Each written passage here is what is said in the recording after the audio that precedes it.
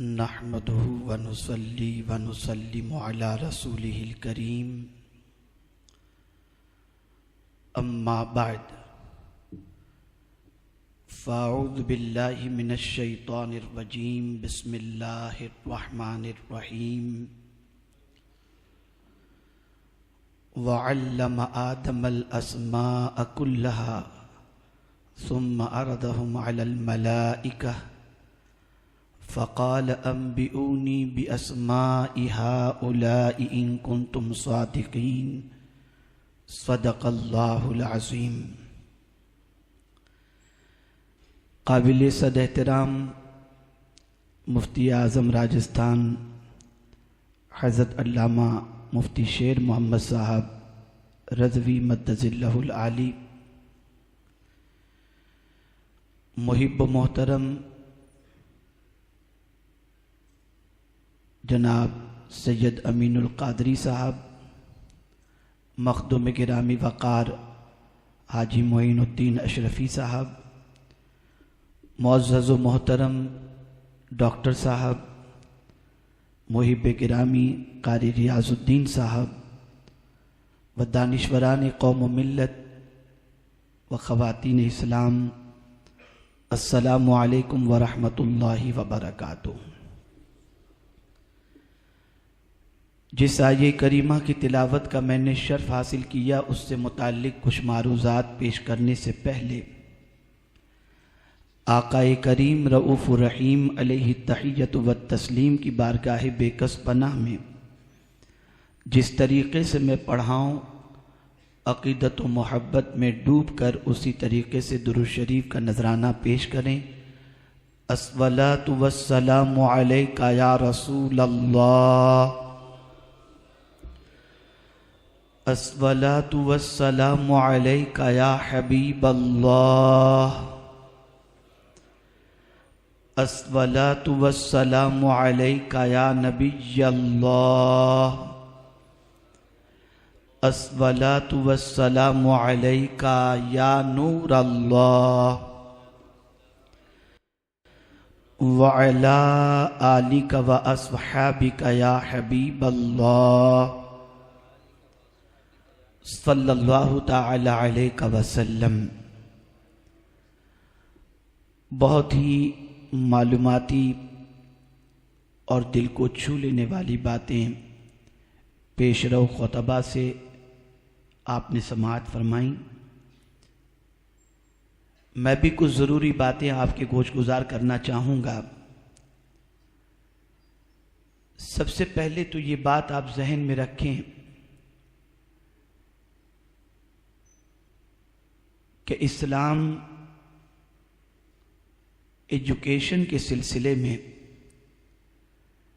जिस तरीके से अपने मानने वालों को उभारता है, उसको कुरान और हदीस के अंदर आप अच्छी तरीके से पढ़ भी सकते हैं और उससे जान भी सकते हैं। सबसे पहले हम चलें पहले इंसान की पैदाइश की तरफ। अभी परवरदिगार जल्ल जलालहू ने एक भी इंसान पैदा नहीं फरमाया था और अल्लाह अज़्ज़ व जल्ल ने चाहा कि तख्लीक़ इंसानी भी हो और साथ ही साथ इंसान को खिलाफत का ताज भी अता किया जाए। इंसान से पहले फरिश्ते थे, अजिन्ना थे, लेकिन जैसे ही परवरदिगार जल्ल जलालहू ने इरशाद फरमाया फरिश्तों से कि इन्नी जाइलुन फिल अर्द खलीफा, मैं ज़मीन पर अपना खलीफा बनाने वाला हूँ, तो फौरन फरिश्तों ने, फरिश्ते उनसे गुनाह होता ही नहीं, तो फरिश्तों ने बरजस्ता अर्ज किया कि अतजअलु फीहा मन युफ़सिदु फीहा व यस्फिकु दिमा, क्या तू जमीन पर उनको खलीफा बनाएगा जो खून रेजी करेंगे, फसाद बपा करेंगे? तो मेरे करीम ने अपने हवाले से बताया, खुद के हवाले से और खुद के इल्म के हवाले से और फरिश्तों के इल्म के हवाले से उसने बताया, इन्नी आलमु मा ला तालमून, मैं जो जानता हूं वो तुम नहीं जानते। तो रब ने सबसे पहले फरिश्तों के सामने अपने इल्म का इजहार किया कि फरिश्तों तुम क्या जानो, मैं आलिमुल गैब व शहादा हूं। तो यहां परवरदिगार जल्ल जलालहू ने जो बात कही कि जो मैं जानता हूं वो तुम नहीं जानते, तो जाहिर सी बात है कि फरिश्ते परवरदिगार के सामने चुप तो हो गए, लेकिन मेरा मौला उन फरिश्तों के सामने अपने दावे के सिलसिले में बतौर दलील उनको यह बात बताना चाहता है कि तुम अगर ये जानना चाहते हो कि मैं जो है इंसान को अपना जमीन पर खलीफा बना रहा हूं, तो तुम जरा उसकी सिचुएशन भी देख लो कि मैं क्यों बनाने जा रहा हूं, क्या रीजन है उसका। तो परवरदिगार ने क्या किया, वअल्लमा आदमल अस्माअ कुल्लहा, ये फर्स्ट इंसान, पहले इंसान हजरत आदम अलैहिस्सलातु वस्सलाम, जिनकी सारे इंसान जो है वो औलाद हैं और हम सब अपने आप को उन्हीं की निस्बत से आदमी कहते हैं। अब पहला कंपटीशन हो रहा है, फरिश्तों को इबादत पर नाज, फरिश्तों को तस्बीह पर नाज, फरिश्तों को अल्लाह अज़्ज़ व जल्ल की याद के अंदर मसरूफ रहने पर नाज। इधर हजरत आदम अलैहिस्सलातु वस्सलाम की तख्लीक हुई, अभी आदम अलैहिस्सलातु वस्सलाम ने रब की बारगाह में सजदा भी नहीं किया। फरिश्ते तो जमाने से अल्लाह की याद में लगे हुए हैं, लेकिन मेरे करीम ने जैसे ही हजरत आदम अलैहिस्सलातु वस्सलाम को फरिश्तों के सामने पेश किया, तो कुरान कहता है वअल्लमा आदमल अस्माअ कुल्लहा, आदम अलैहिस्सलातु वस्सलाम को अल्लाह ने हर चीज के नाम सिखा दिए। और मुफस्सिरीन फरमाते हैं कि कयामत तक जितनी भी चीजें पैदा होने वाली हैं वो सारी चीजें दिखा भी दी और वो सारी चीजें पढ़ा भी दी, उसके नाम भी बता दिए। और फिर परवरदिगार जल्ल जलालहू ने उस इल्म के हवाले से हजरत आदम अलैहिस्सलातु वस्सलाम को जो अल्लाह ने अता फरमाया था, सुम्मा अरदहुम अलल मलाइका, फिर उसे फरिश्तों के सामने पेश किया गया। और फिर मेरे करीम ने फरिश्तों को चैलेंज किया, फ़क़ाल अंबिऊनी बिअस्माइ हाउला इन कुंतुम सादिकीन, इन सारी चीजों के नाम तुम बताओ अगर तुम सच्चे हो तो फरिश्तों ने बरजस्ता कहा, सुब्हानका ला इल्म लना इल्ला मा अल्लमतना इन्नका अंतल अलीमुल हकीम। यहां से यह बात वाज़ेह हो गई कि फरिश्तों के सामने परवरदिगार जल्ल जलालहू ने हजरत आदम अलैहिस्सलातु वस्सलाम को जो फौकियत अता फरमाई, उस फौकियत से पहले परवरदिगार ने हजरत आदम को एजुकेशन दिया, इल्म दिया। और यहां एक बात आप समझें कि फरिश्ते ये देख रहे थे कि आदम अलैहिस्सलाम तो अभी पैदा हुए, मिट्टी गूंदी गई, हमारे सामने जसद खाकी तैयार हुआ, उसमें रूह फूंकी गई, आदम पढ़ने तो कहीं भी नहीं गए, हमने तो कहीं इनको एजुकेशन हासिल करते नहीं देखा, लेकिन ये सारी चीजों के नाम सीख कैसे गए। तो उसी वक्त फरिश्तों को ये लाइट होती है कि ये इल्म अल्लाह अज़्ज़ व जल्ल ने उन्हें सिखाया है। और जब परवरदिगार किसी को सिखाता है तो मामूली नहीं सिखाता, बहुत कुछ सिखा दिया करता है। यहां एजुकेशन के सामने सरेंडर हो गए फरिश्ते। और फिर परवरदिगार ने फरिश्तों से कहा, वइज़ क़ुलना लिल मलाइकति इसजुदू लि आदम, कि आदम के सामने झुक जाओ, सजदा करो। यहां से एक बात बिल्कुल वाज़ेह हो गई कि अगर किसी के पास एजुकेशन है, तालीम है, तो तालीम की वजह से दुनिया उसके सामने झुकती हुई नजर आएगी। यहां तालीम ही पर इक्तिफा नहीं है, यहां जो एजुकेटेड हैं कुरान उनको भी दर्स दे रहा है कि जब तुम्हारे पास एजुकेशन हो तो उस एजुकेशन को अपनी हद तक सीमित न रखो, लिमिटेड न रखो। सुम्मा अरदहुम अलल मलाइका, इधर तुमने एजुकेशन हासिल किया, इधर दूसरों के सामने तुम अपना एजुकेशन पेश करो, दूसरों को उससे नफा पहुंचाओ। मेरे प्यारे आका सल्लल्लाहु तआला अलैहि वसल्लम के प्यारे दीवानों, जो आदमी होगा और वाकई अपने आप को आदम की औलाद कहलाने में फख्र महसूस करता होगा, उसका रिश्ता कभी एजुकेशन से टूट नहीं सकता। इसमें कोई शक नहीं कि आज दुनिया के अंदर यह कहा जा रहा है कि मुसलमान तालीमी एतबार से पसमानदगी का शिकार है। सच्चर कमेटी की रिपोर्ट बता रही है। यह जो कुछ भी हो, मुझे उसके सिलसिले में बहस नहीं करनी। मुझे तो आज आपको रिस्पॉन्सिबिलिटी बतानी है और यह मुझे बताना है कि इस्लाम एजुकेशन के सिलसिले में हमें क्या गाइड करता है। मेरे प्यारे आका सल्लल्लाहु तआला अलैहि वसल्लम के प्यारे दीवानों, जितने भी अंबियाए किराम अलैहिमुस्सलातु वस्सलाम को अल्लाह ने भेजा, हर नबी को अल्लाह ने पढ़ाकर सिखा करके भेजा। सबको रब ने तालीम दी।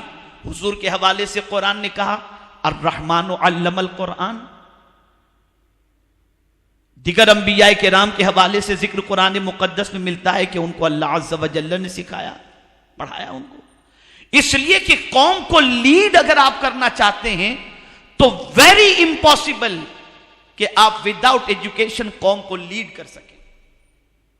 अंबियाए किराम अलैहिमुस्सलातु वस्सलाम कौम को लीड करते थे, कौम का करेक्शन करना चाहते थे, कौम को संवारना चाहते थे, तो वो एजुकेशन से लेस होकर के कौम के सामने आए और उसके बाद कौम को इल्म से इतना संवार दिया कि वही कौम आगे चल करके कामयाबी की शाहराह पर गामजन हुई।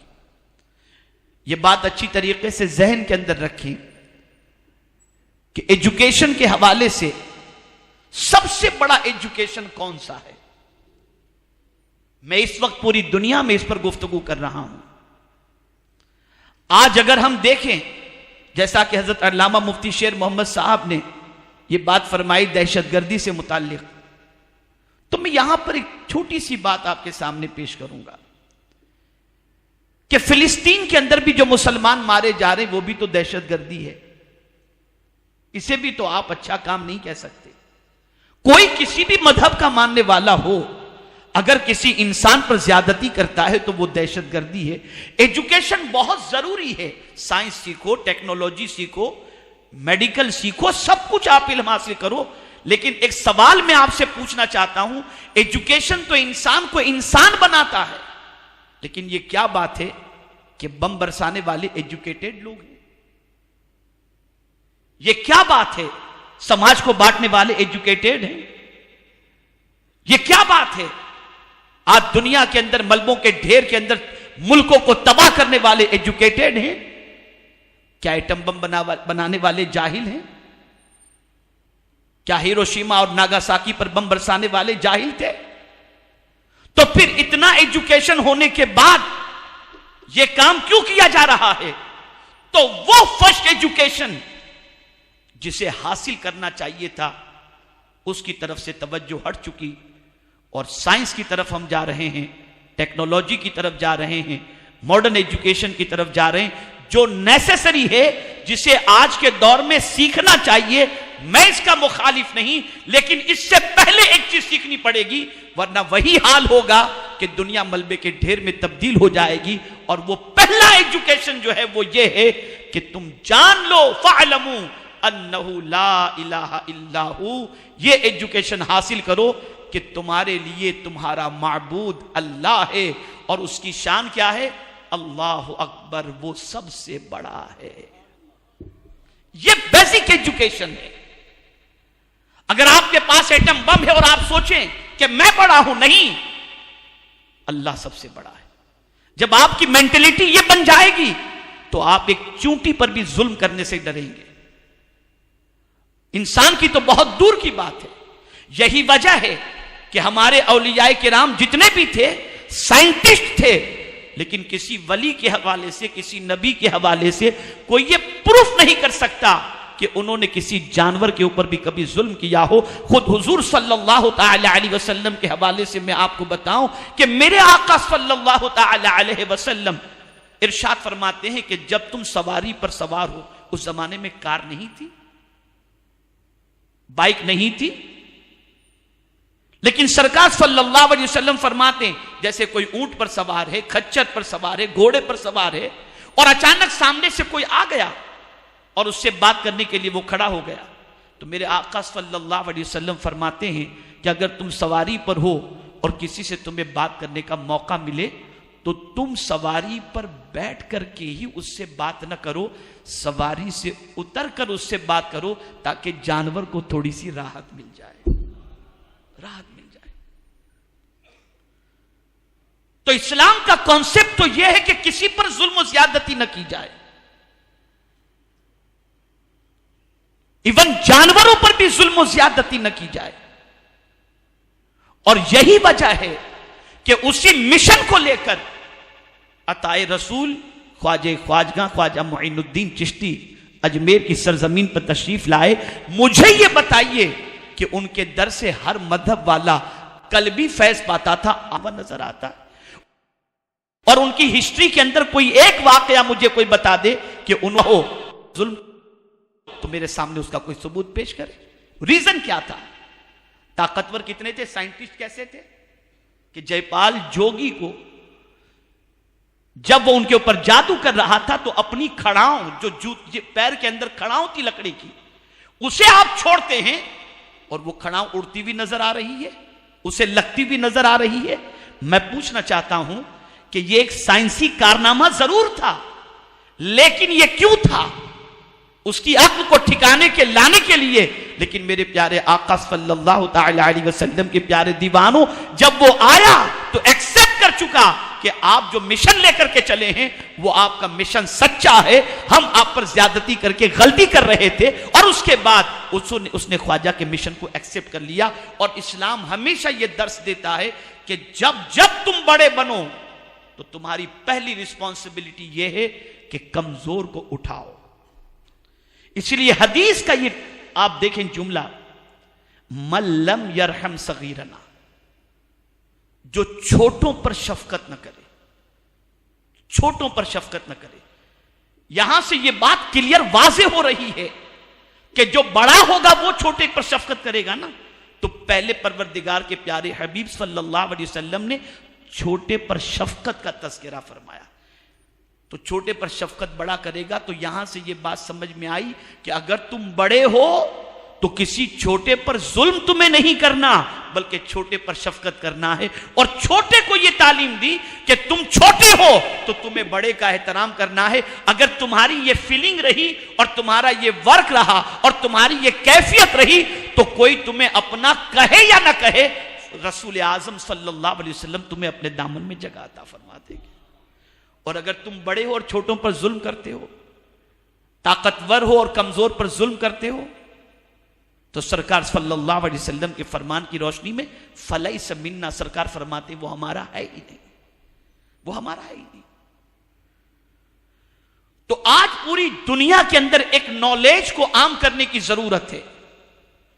आप साइंस के मैदान में आगे निकलो, टेक्नोलॉजी के मैदान में आगे निकलो, हर फन के अंदर आप आगे निकलो, लेकिन आपका रिश्ता और हमारा रिश्ता अपने रब से टूटना नहीं चाहिए। और याद रखें कि जब रब को सबसे बड़ा मान करके हम कोई काम करेंगे तो कभी किसी इंसान पर जुल्म नहीं हो सकता। एक साइंसी कारनामे के हवाले से मैं कुरान की रोशनी में बताऊं। हजरत आसिफ, हजरत सुलेमान अलैहिस्सलातु वस्सलाम के सहाबी, बिल्कीस उस जमाने की मलिका थी और उसका बहुत बड़ा तख्त था जिसका वजन टनों के हिसाब से था। हजरत सुलेमान अलैहिस्सलातु वस्सलाम ने अपने स्टूडेंट से फरमाया कि तुम में कौन है जो बिल्कीस का तख्त पलक के जब बिल्कीस का तख्त जल्दी से मेरे सामने ला करके पेश करे। तो हजरत आसिफ खड़े हुए अर्ज करते हैं कि अना आती कभी कबल यरतद्द इलैका तरफुक, मैं पलक के झपकने से पहले बिल्कीस का तख्त आपके सामने लेकर पेश कर दूंगा। और बिल्कीस का तख्त कहां पर था? सैकड़ों किलोमीटर के डिस्टेंस पर, टनों वजन का तख्त, कई तालों के अंदर वो, कई कोठड़ियों के अंदर वो तख्त। और हजरत आसिफ कहते हैं कि मैं पलक के झपकते उस तख्त को लाकर आपके सामने पेश कर दूंगा, और वो लाकर के पेश कर दिए। बड़ा कारनामा है, बहुत बड़ा कारनामा। अपने स्टूडेंट के इतने बड़े कारनामे पर आदमी प्राउडली कह सकता है कि ये मेरा स्टूडेंट है। जब इसकी ताकत और इसके एजुकेशन की ये सिचुएशन है, तो मेरे एजुकेशन की सिचुएशन क्या होगी? लेकिन नबी थे ना, एजुकेशन की एक सोच अता करते हैं, बड़े होने के बावजूद एक फिक्र अता करते हैं।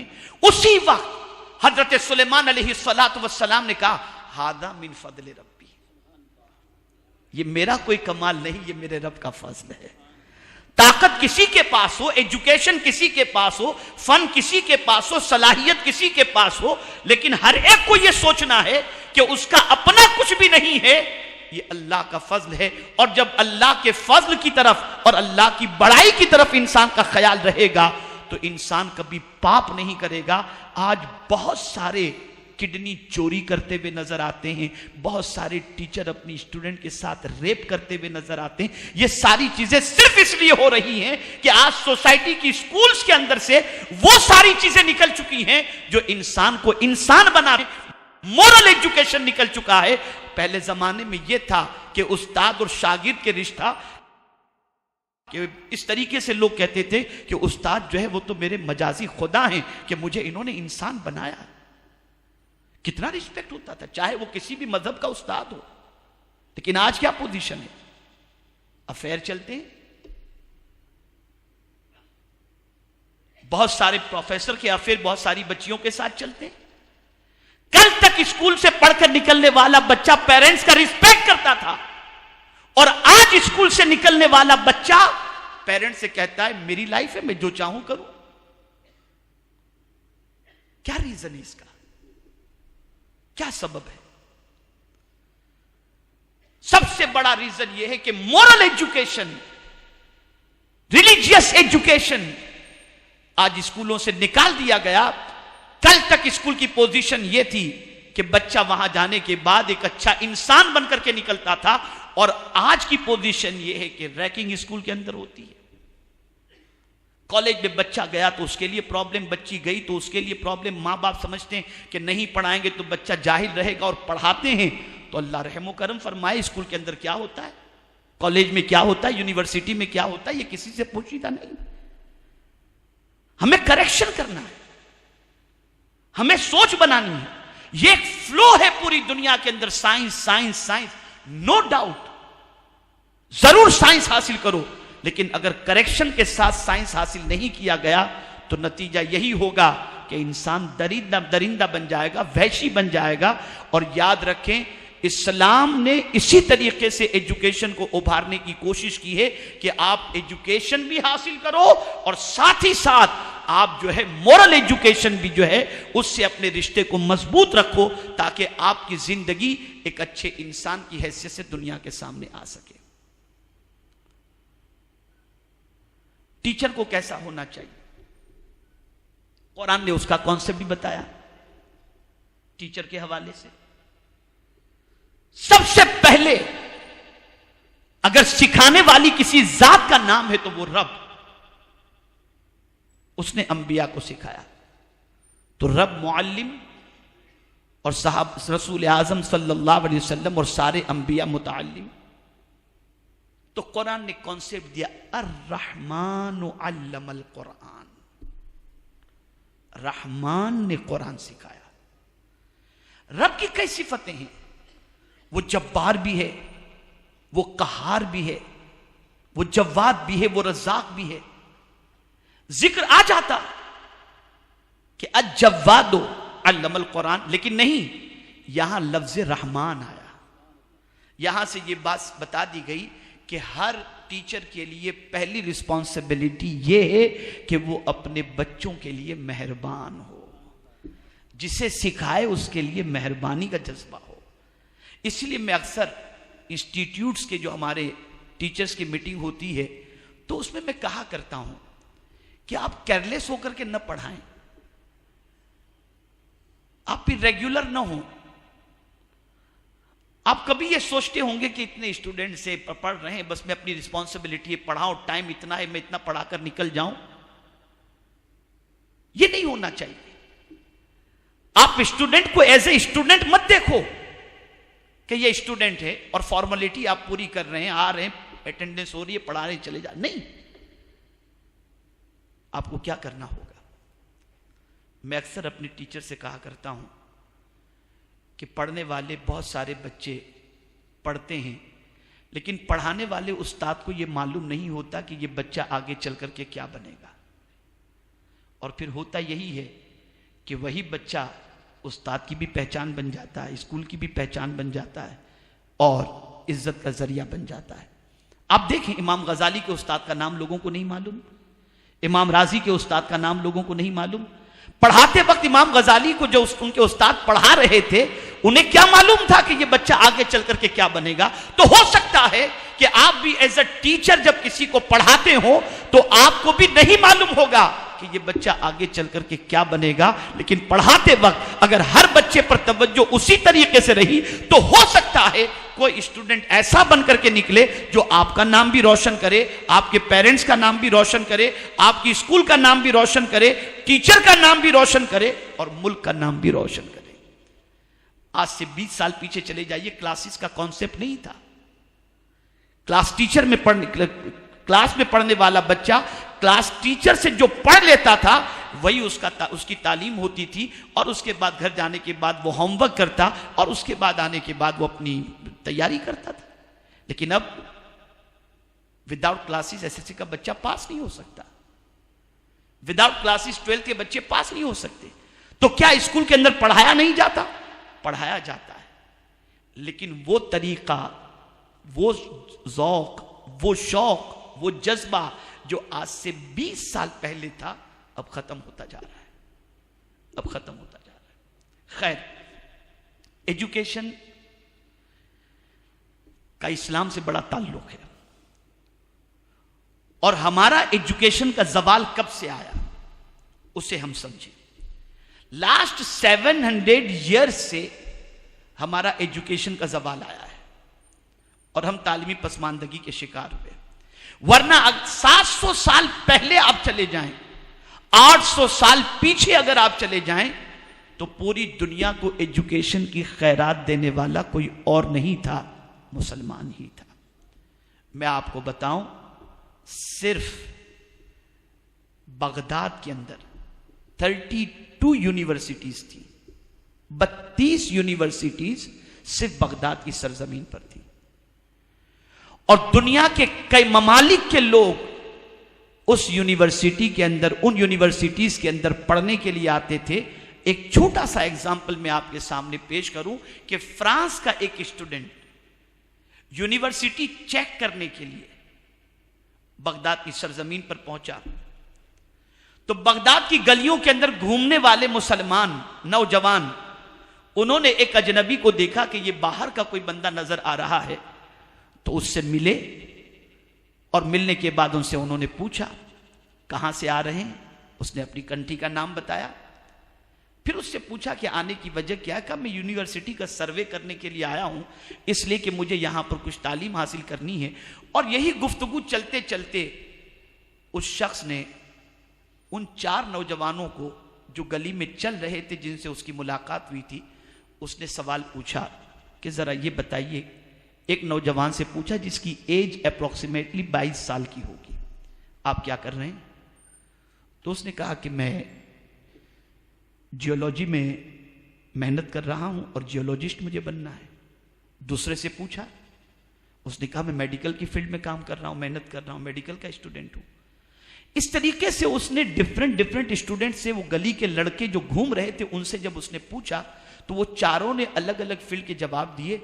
तो वो सर पकड़कर बैठ गया और कहता है, गली में चलने वाले जब मुसलमान इतने ज्यादा एजुकेशन की तरफ माइल हैं, तो यूनिवर्सिटी में रहकर वहां तालीम हासिल करने वाले, बोर्डिंग में रहने वाले उन बच्चों का एजुकेशनल स्टेटस कितना स्ट्रांग होगा। ये हमारा पास्ट है। आज रात को 4 बजे तक गलियों में गुल्ली डंडा खेलने वाले कहिए या गपशप करने वाले आपको मुसलमान मिलेंगे। कहां हो आप? किस दुनिया में बस रहे हो आप? किस तरफ आपकी तवज्जो है? आज हमारे मोहल्लों की सिचुएशन देखें, हमारे बच्चों की मेंटेलिटी देखें, हमारे बच्चों का फिक्री मकाम देखें, क्या कर रहे हैं। और हैरत की बात है कि कौम का एक बहुत बड़ा तबका इससे बिल्कुल गाफिल है, इसकी तरफ तवज्जो नहीं दे रहा। और हम ये समझ रहे हैं कि आज हम अगर कोई बिजनेस कर लिए, बंगला बना लिए, हमारे पास 2-4 मोटर आ गई, कार आ गई, तो हम बहुत बड़े मालदार बन गए। याद रखें, मालदार आप उस वक्त होंगे जब आपकी कौम का एक एक फर्द एजुकेशन के जेवर से आरास्ता होगा, तब जाकर के आप मालदार होंगे। इसीलिए आका करीम सल्लल्लाहु ताला अलैहि वसल्लम ने सहाबा की जो सोच बनाई थी, वो सोच यही थी कि अलोन तुमको नहीं उठना है, पूरी कौम को लेकर के उठना है। ये सोच थी, ये फिक्र थी। अब आइए, मैं हुजूर सल्लल्लाहु ताला अलैहि वसल्लम जिस कंट्री के अंदर, जिस मुल्क में तशरीफ लाए, उस मुल्क का एजुकेशनल स्टेटस क्या था, और फिर हुजूर सल्लल्लाहु अलैहि वसल्लम ने उसका एजुकेशनल स्टेटस किन ज़ाब्तों की बुनियाद पर स्ट्रॉन्ग किया। मैं ये समझता हूं ये फाइनल टच में दे रहा हूं, और इसे आज आप अपने जहन के अंदर बिठा करके जाएं। सरकार सल्लल्लाहु ताला अलैहि वसल्लम ने जब मक्के की सरजमीन पर ऐलान नबूवत फरमाया, तो टोटल पूरे मक्के में और हिजाज के अंदर 12 से 14 आदमी लिखना जानते थे, लिखना पढ़ना जानते थे। और 23 इयर्स के अंदर हुजूर सल्लल्लाहु अलैहि वसल्लम ने एजुकेशनल इनकलाब इतना बड़ा पैदा किया कि सरकार के विसाल तक पूरे अरब के अंदर, हिजाज के अंदर 1 लाख से ज्यादा लोगों के हाथों में कलम आ चुका था। यह सरकार ने कैसे पैदा किया? आप अगर अल्लाह के रसूल के मानने वाले हो और यकीनन हो, तो आपको हुजूर के फॉर्मूले पर अमल करना है और हुजूर की तालीमात पर अमल करना है। हमें सब ने अपना आईना दिखा दिया है, हमारा आईना दिखा दिया हम कहां हैं। लेकिन मैं एक चीज आपसे अर्ज करूं कि सरकार के अता किए हुए दस्तूर हयात को सामने रखो और उसके बाद प्रैक्टिकली तौर पर इसके लिए मैदान अमल में कूद पड़ो। इंशाअल्लाह अज़ीम खोए हुए दिन अल्लाह फिर से अता फरमा देगा। क्या था? तो सरकार सल्लल्लाहु ताला अलैहि वसल्लम का पहला स्टेप जो एजुकेशन से मुताल्लिक था, वो ये था कि हुजूर सल्लल्लाहु ताला अलैहि वसल्लम जो भी अल्लाह की तरफ से वही नाजिल होती, सरकार सल्लल्लाहु ताला अलैहि वसल्लम उसे नोट करने का हुक्म दे देते।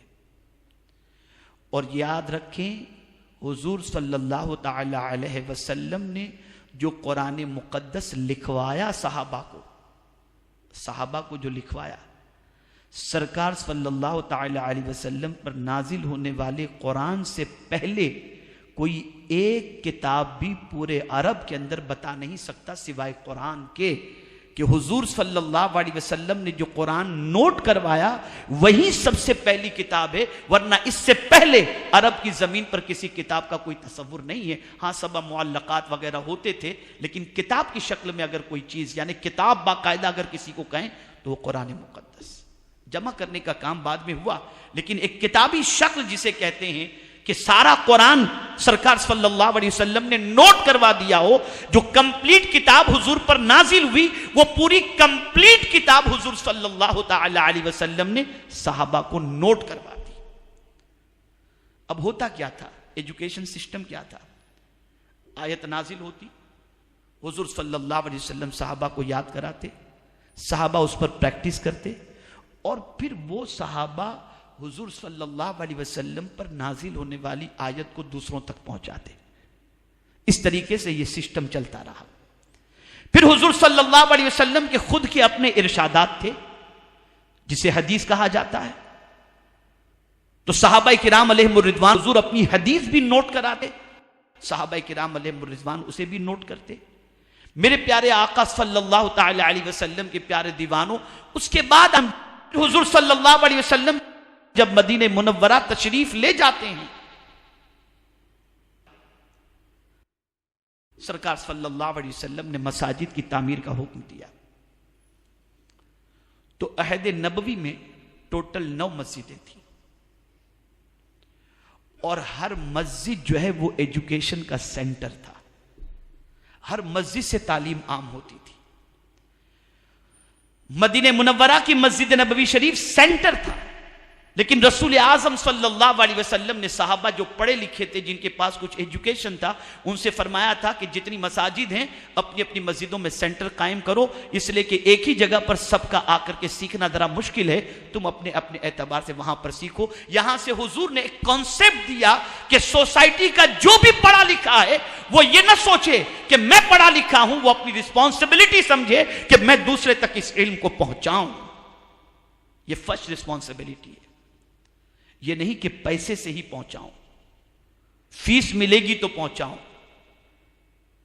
मिले या ना मिले, आपकी रिस्पॉन्सिबिलिटी यह है कि आप दूसरों तक एजुकेशन पहुंचाएं।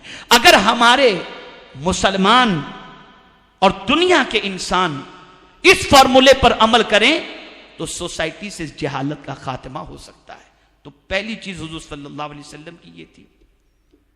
सेकंड चीज, सरकार सल्लल्लाहु अलैहि वसल्लम ने हॉस्टल फैसिलिटी भी रखी थी।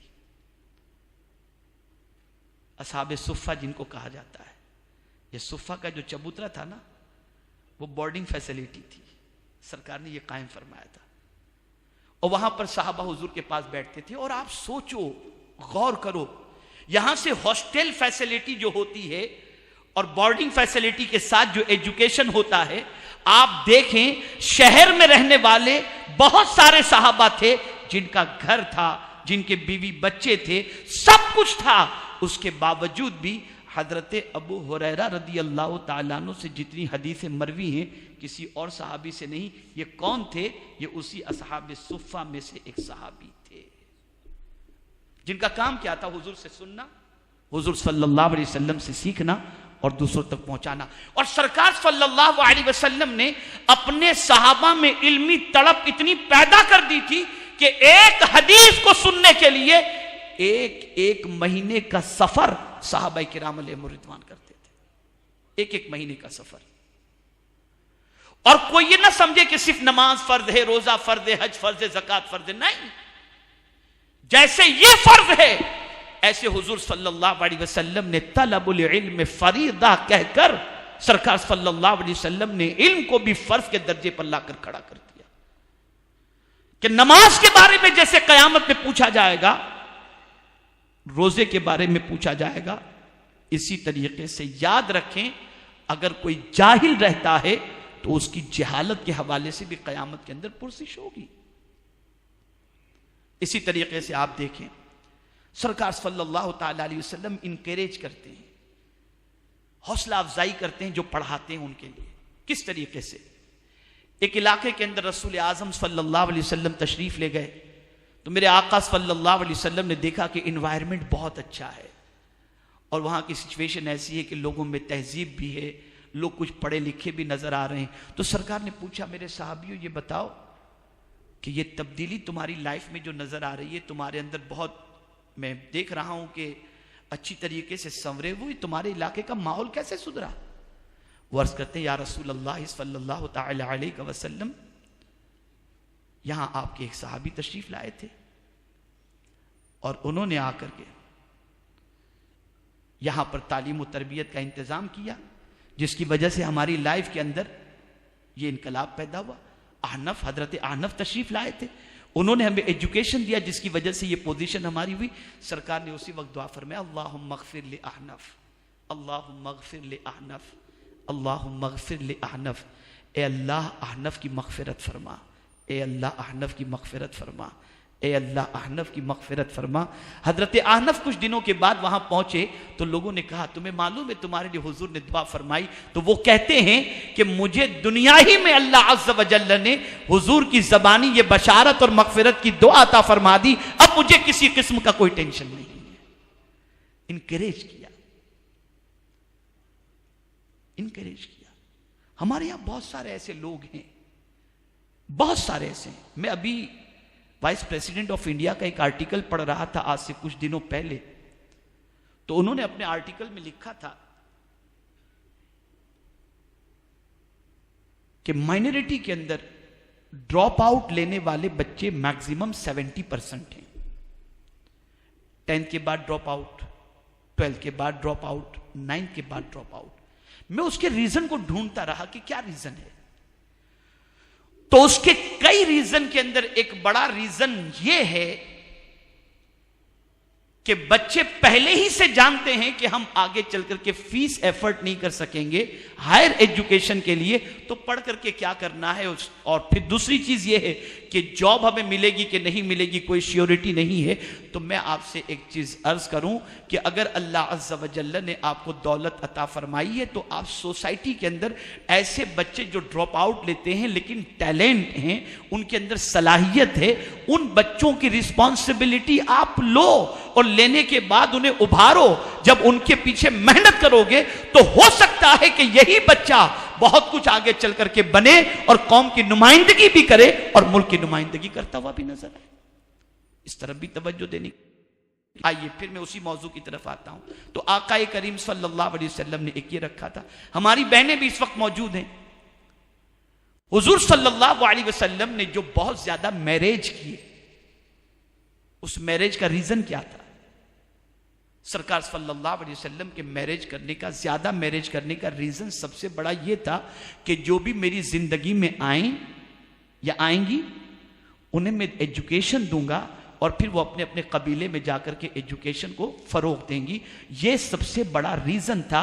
इसी वजह से सरकार सल्लल्लाहु अलैहि वसल्लम की ज़ौजा और हमारी मां उम्मुल मुमिनीन हजरत आयशा सिद्दीका रदियल्लाहु ताला अन्हा की वजह से 1/4 इस्लाम पूरी दुनिया के अंदर पहुंचा। 1/4 इस्लाम उम्मुल मुमिनीन हजरत आयशा सिद्दीका रदियल्लाहु ताला अन्हा की वजह से पहुंचा है। यहां हमारी बहनें भी सोचें कि क्या वो एजुकेशन के अंदर अपना रोल नहीं प्ले कर सकती? कर सकती हैं। क्या वो एजुकेशन हासिल नहीं कर सकती? कर सकती हैं। एजुकेशन हासिल भी करें और साथ में एजुकेशन को फरोग भी दें। उनकी जात से भी तालीम का काम होना चाहिए। इसी तरीके से आकाए करीम सल्लल्लाहु ताला अलैहि वसल्लम की एक पॉलिसी ये भी थी और तरीका ये भी था कि जो पढ़ा लिखा होता, कॉन्फिडेंशियल होता, सब कॉन्फिडेंशियल थे, उन्हें हुजूर सल्लल्लाहु ताला अलैहि वसल्लम जिस इलाके के अंदर जहालत ज्यादा होती हुजूर उस इलाके के अंदर भेज देते। वो वहां जाते और वहां पर इल्म के जेवर से दूसरों को आरास्ता करते थे। एक पॉलिसी थी। फिर आकाए करीम सल्लल्लाहु ताला अलैहि वसल्लम एक ऐसी हदीस दुनिया के सामने पेश करके गए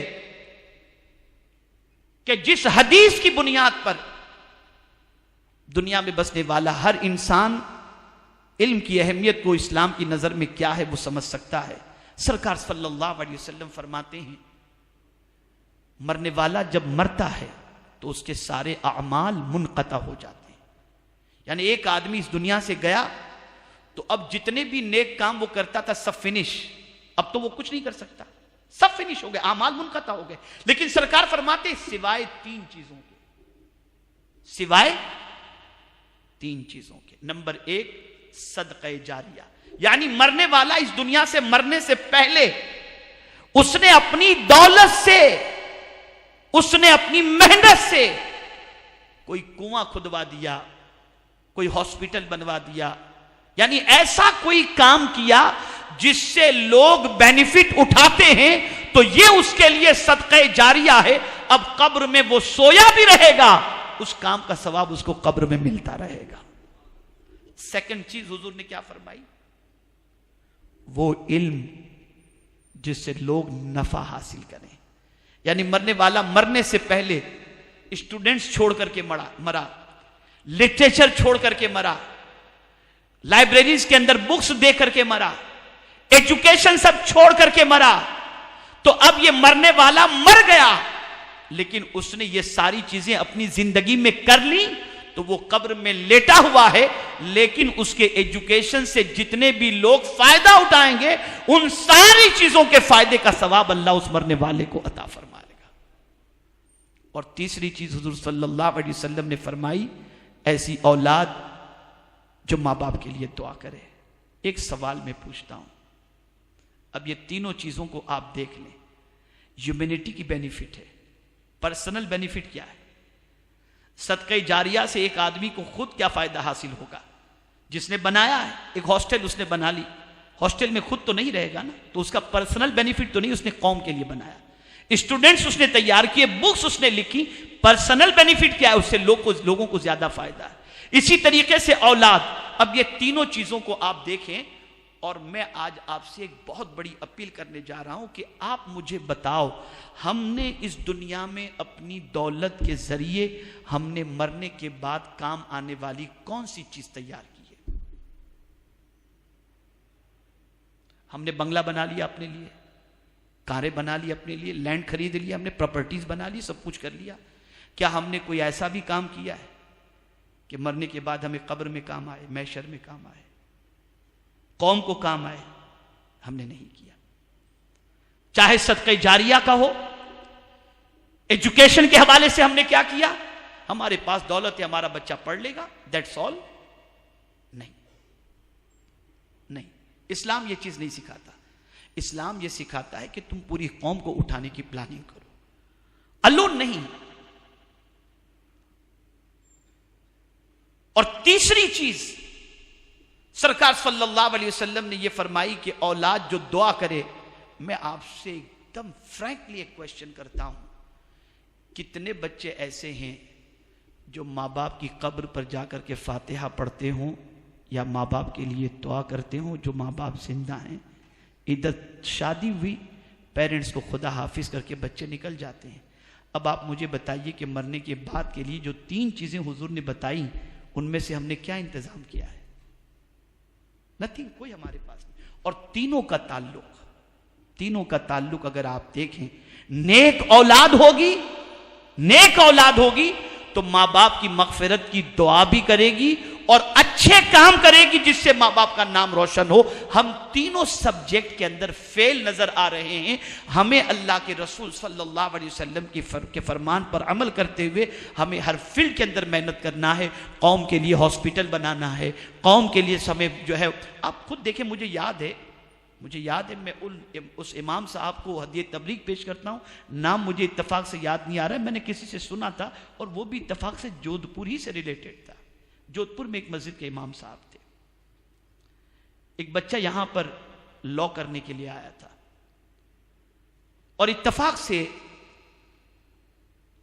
इमाम साहब के उस बच्चे के फादर जो है वो दोस्त थे। तो उस बच्चे के वालिद ने इमाम साहब से कहा, मौलाना मेरे बच्चे का जरा ख्याल रखिएगा। तो मौलाना ने कहा कि आप फिक्र नहीं करें, जरा भी टेंशन नहीं लें, आपके बच्चे का पूरा मैं ख्याल करूंगा। तो मौलाना ने उस बच्चे के हवाले से यह इंतजाम किया कि बेटे देखो, तुम्हें खाना डेली रात को मेरे साथ है, तुम्हें आराम भी यहीं करना है। बच्चा उनकी बात माना और उसके बाद पढ़ते पढ़ते पढ़ते पढ़ते वो लॉयर बन गया और अच्छी तरीके से उसने प्रैक्टिस स्टार्ट की। लेकिन दूसरे लॉयर, मैं सब लॉयर की बात नहीं कर रहा हूं, बहुत सारे अच्छे भी होंगे, लेकिन दूसरों के कंपेयर के अंदर इसकी लाइफ के अंदर सिंसियरिटी बहुत ज्यादा थी। रीजन क्या था? रीजन ये था कि उसे एक अच्छी सोहबत मिली थी, मैं आपको सच बताता हूं, आज दुनिया में शायद ही कोई मां या कोई बाप ऐसा होगा जिसका बच्चा यूनिवर्सिटी में पढ़ने जाता हो और मां बाप को टेंशन न हो। बच्चे के हवाले से यह टेंशन कि डिग्री लेकर के आएगा कि बीवी लेकर के आएगा। बच्ची के हवाले से यह फिक्र कि पता नहीं कैरेक्टर सेफ भी रहेगा कि नहीं। आप बताएं, एजुकेशन हासिल करते हैं तो यह प्रॉब्लम, नहीं हासिल करते हैं तो सोसाइटी के अंदर कोई स्टेटस नहीं रहेगा। तो अब उसके लिए क्या करना है? तो उसके लिए एक ही चीज करनी है कि कंबाइंड एजुकेशन, जहां पर मोरल एजुकेशन भी हो और जहां पर एकेडमिक एजुकेशन भी हो, जब दोनों एजुकेशन का संगम होगा तब जाकर एक बेहतरीन इंसान निकलेगा। और ऐसी स्कूल के क़याम की अशद ज़रूरत है जहाँ ये दोनों एजुकेशन दिए जाएं, जहाँ ये बताया जाए कि तुम अल्लाह के बंदे हो जो सबसे बड़ा है, जो हर जानने वाले से ज़्यादा जानने वाला है, और इसी तरीके से तुम्हें आज के दौर की ज़रूरतों की तकमील के लिए मॉडर्न एजुकेशन की तरफ भी तवज्जो देना है। जब ये चीज़ें होंगी तो सिचुएशन ये होगी कि इंसान इंसान पर जुल्म नहीं करेगा, बल्कि इंसान इंसान का हमदर्द बन करके एक दूसरे का ख्याल करता हुआ नजर आएगा। मैं जानता हूं वक्त ज्यादा हो चुका, मैं अपने मौजू का कमा हक तो अदा नहीं कर पाया, लेकिन जो कुछ बातें मैंने आपके सामने पेश की, मैं आप तमामी मुसलमानों से और जनरल जितने भी यहां पर मौजूद हैं सबसे एक ही रिक्वेस्ट करूंगा, और वो ये है कि ओनली एजुकेशन जो एकेडमिक है उस पर फोकस करने की बजाय आप जो है दोनों एजुकेशन पर फोकस करें कि आपको जरूरी है इस चीज की, जरूरत है इस चीज की कि आप जो है अपने बच्चों को जहां पर एकेडमिक एजुकेशन दें, वहां पर उन बच्चों को पेरेंट्स के रिस्पेक्ट के हवाले से, कैरेक्टर के हवाले से, पड़ोसी के हुकूक के हवाले से, बीवी के राइट्स के हवाले से, कंट्री के राइट्स के हवाले से भी ये सारी बातें बताएं। और मुसलमानों, मैं एक चीज और आपसे अर्ज कर दूं कि आपकी सबसे बड़ी रिस्पॉन्सिबिलिटी ये है कि अब बहुत ज्यादा अपनी ऐश और अपने ऐश कदों के अंदर और अपने तायुशात के अंदर और अपने आराम के अंदर अपनी दौलत खर्च करने की बजाय अपनी कौम को उठाने के लिए दौलत खर्च करो। ये तुम्हारी दौलत क़यामत में तुम्हें हुजूर से भी करीब करेगी, रब से भी करीब करेगी, इसलिए कि इंशाअल्लाहुल अज़ीम यही वो काम है जिसको परवरदिगार के प्यारे हबीब सल्लल्लाहु अलैहि वसल्लम ने बहुत पसंद फरमाया। अल्लाह रब्बुल इज़्ज़त जल्ल जलालहू आकाए करीम सल्लल्लाहु अलैहि वसल्लम के सदक़ो तोफ़ैल मुझे आपको सबको कानून इलाही और कानून रसूल सल्लल्लाहु अलैहि वसल्लम के मुताबिक अमल करने की तौफीक अता फरमाए। मैं उन आयात की तरफ आ ही न सका जिन आयतों के अंदर टेलीफोन का भी तज़किरा है, जिन आयतों के अंदर मॉडर्न कार्स वगैरह के हवाले से उन सवारियों का भी तज़किरा है। ये सारे तज़किरे मौजूद हैं। मैं उस तरफ आ ही नहीं सका, किल्लत वक्त की बुनियाद पर मैं इन्हीं कलिमात पर अपनी गुफ्तगू ख़त्म करता हूँ। लेकिन आज की इस नशिस्त को मैं एक बामकसद नशिस्त तसव्वुर करते हुए मैं आप सबसे उम्मीद रखता हूँ कि इंशाअल्लाह आप सब ज़रूर इस काम के लिए आगे आएंगे इंशाअल्लाह। अस्सलामु अलैकुम वरहमतुल्लाहि वबरकातुहू। रिसालत के परवानों, हर सनीचर को बाद नमाज इशा सुन्नी दावत इस्लामी के आलमी मरकज इस्माइल हबीब मस्जिद में सुन्नी इज्तिमा होता है, तो आप हजरात पाबंदी के साथ इसमें शिरकत फरमाएं। सुन्नी दावत इस्लामी की वेबसाइट sunnidawatislamי.net पर विजिट करें और बहुत सारी दीनी मालूमात हासिल करें।